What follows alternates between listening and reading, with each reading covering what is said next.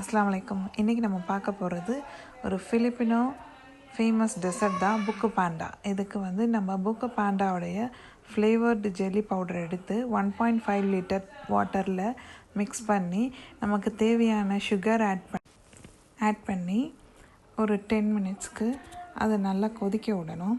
இப்போ நான் ஒரு ஜெல்லி பவுடரை 1.5 லிட்டரில் ஆட் பண்ணியிருக்கேன். இதை நல்லா கொதிக்க விட்டு எடுத்து வச்சுக்கணும். அடுத்து பாருங்கள், திக் கோகனட் மில்க் கேன் யூஸ் பண்ண போகிறேன். அடுத்து யங் கோகனட், அதாவது அந்த வழுக்க இருக்குல்ல, அதை கட் பண்ணி ஸ்லைஸ் பண்ணி வச்சுருக்காங்க. அதுக்கப்புறமா சுகர் பாம் நொங்கு இருக்குல்ல, அதை புக்கோ பாண்டா ஃப்ளேவரில் இருக்கிறத எடுத்துக்கணும். அடுத்து நம்ம மில்க் மேட் ஆட் பண்ண போகிறோம். மில்க் மேட் ஒரு கேன் ஆட் பண்ணிக்கலாம். இப்போ இந்த 4 இன்க்ரீடியண்ட்டும் ரொம்ப இம்பார்ட்டன்ட். எல்லாமே அந்த புக்கோ பாண்டாவோட ஃப்ளேவரில் தான் பண்ண போகிறோம். இப்போ ஜெல்லி ரெடி ஆகிடுச்சு. இதை 2 பிளேட்ஸில் ஊற்றி ஆற வச்சு எடுத்துக்கலாம். இது ரெடி ஆகிறதுக்கு ஒரு 15 மினிட்ஸ் ஆகும். அதுக்குள்ளே நம்ம எல்லாத்தையும் மிக்ஸ் பண்ணி எடுத்துக்கலாம். நம்ம யங் கோகனட் ஸ்லைஸ் பண்ணியிருக்கோம்ல, அதை ஆட் பண்ணி அந்த கேனில் உள்ளதை அப்படியே ஆட் பண்ணிடணும் வித் வாட்டரோட. அதுக்கப்புறமா அந்த சுகர் பாம் இருக்குல்ல, அந்த ஃப்ரூட்டையும் ஆட் பண்ணிக்கணும். இப்போ ஒரு க்ரீனிஷ் கலரில் தெரியுது பாருங்கள். நெக்ஸ்ட்டு மில்க் மேட் ஆட் பண்ணிக்கணும்.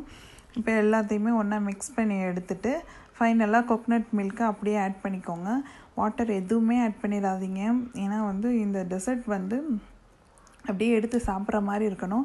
நீங்கள் கொஞ்சம் தண்ணி ஆட் பண்ணாலும் ரொம்ப நீர்த்து போய் தண்ணி விட்டுரும். இப்போ எல்லாத்தையும் நல்லா மிக்ஸ் பண்ணி விடுங்க. ஃபைனலாக தான் அந்த ஜெல்லி ஆட் பண்ணணும். அந்த ஜெல்லி நமக்கு ரெடியாகி வர்றதுக்கு ஒரு 15 மினிட்ஸ் ஆகும். அந்த ஜெல்லியை நல்லா குட்டி குட்டியாக கட் பண்ணி அதில் ஆட் பண்ணிக்கோங்க.